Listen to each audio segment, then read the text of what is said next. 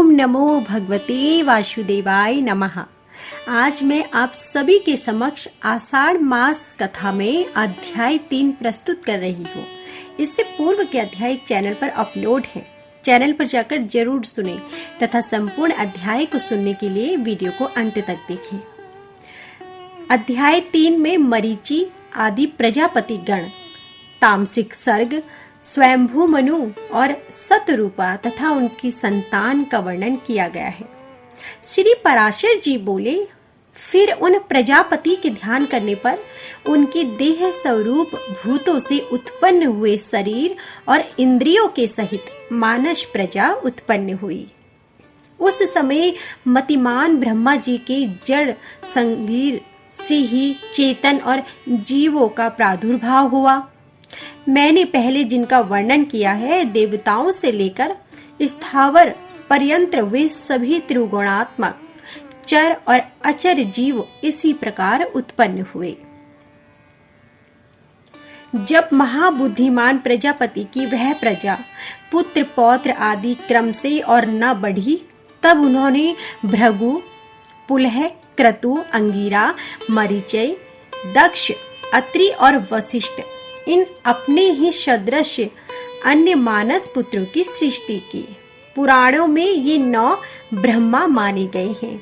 फिर ख्याति, भूति, संभूति, क्षमा, प्रीति, सन्नति, ऊर्जा, अनुसया तथा प्रसूति इन 9 कन्याओं को उत्पन्न कर इन्हें उन महात्माओं को तुम इनकी पत्नी हो ऐसा कहकर सौंप दिया। ब्रह्मा जी बोले, पहले जिन सनन आदि को उत्पन्न किया था वे निरपेक्ष होने के कारण संतान और संसार आदि में प्रवृत्त नहीं हुए। वे सभी ज्ञान संपन्न, विरक्त और मत्सर आदि दोषों से रहित थे। उन महात्माओं को संसार रचना से ब्रह्मा जी को त्रिलोकी को भस्म कर देने वाला महान क्रोध उत्पन्न हुआ।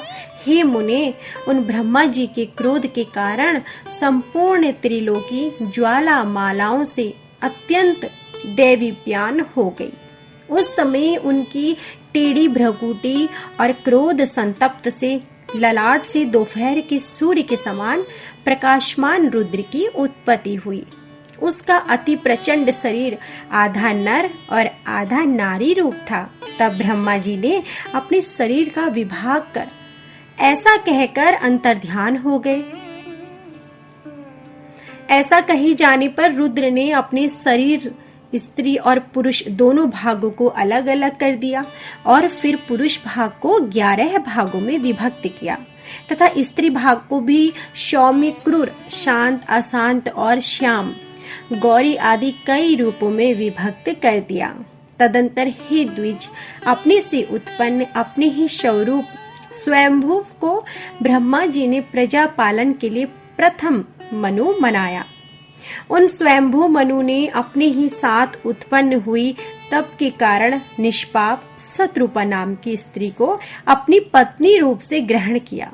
हे धर्मज्ञ, उन स्वयंभू मनु ने शतरूपा देवी से प्रियव्रत और उत्तानपाद नामक 2 पुत्र तथा उदार रूप और गुणों से संपन्न प्रसूति और आकुति नाम की 2 कन्याएं उत्पन्न की।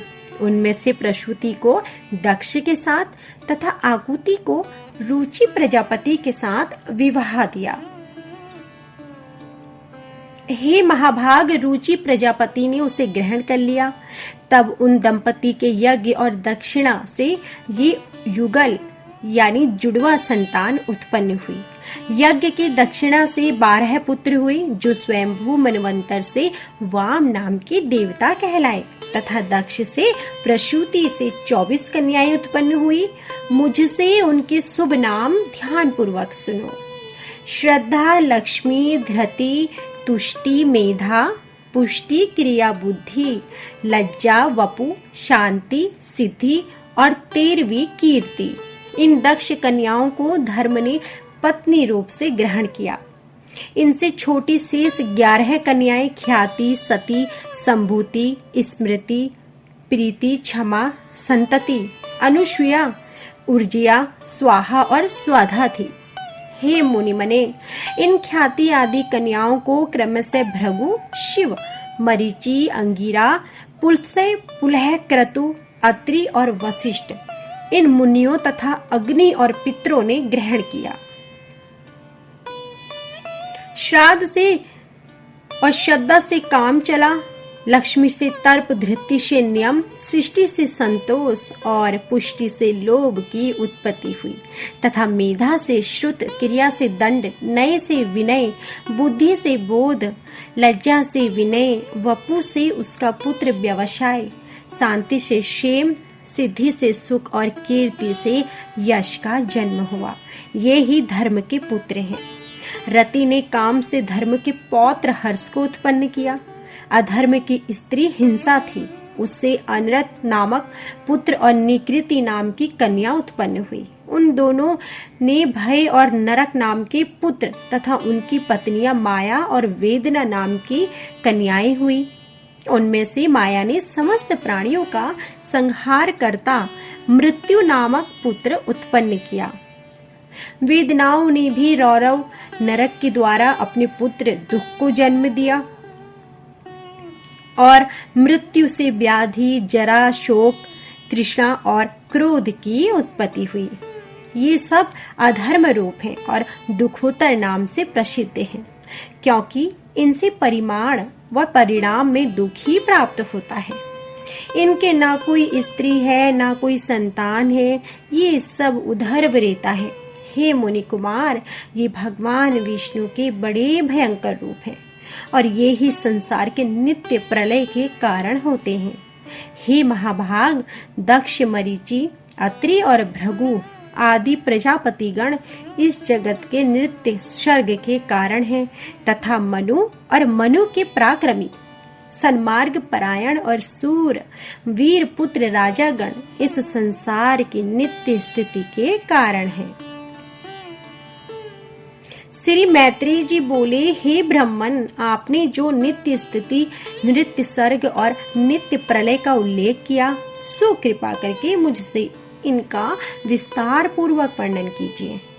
श्री पराशर जी बोले, जिनकी गति नहीं रुकती, वे अचित्य आत्मा सर्वव्यापक भगवान मधुसूदन निरंतर इस मनु आदि रूपों से संसार की उत्पत्ति, स्थिति और नाश करते रहते हैं।